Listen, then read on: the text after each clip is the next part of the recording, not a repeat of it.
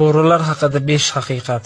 Bo'ri vahshiylar turkumiga kirib, hayvonlarning shohi hisoblansa-da, olimtik yemaydi. Bo'ri boshqa hayvonlar kabi onasi, singlisi kabi mahramlari bilan hech qachon qo'shilmaydi.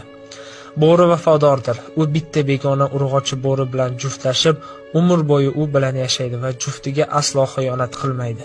Shuningdek, urg'ochisi ham bir umr o'sha jufti bilan yashaydi. Ular o'z bolalarini taniydilar. Ular bir ota-onadan dunyoga keladilar. Bo'rilar juftlari vafot etsa, 3 oydan kam bo'lmagan muddat azador bo'ladilar. Ba'zan bu 1 yilgacha cho'zilishi mumkin. Bu azadorlik o'z-o'zini o'ldirishgacha borib, kamdan kam hollarda hayot qolgan jufti yashab qoladi.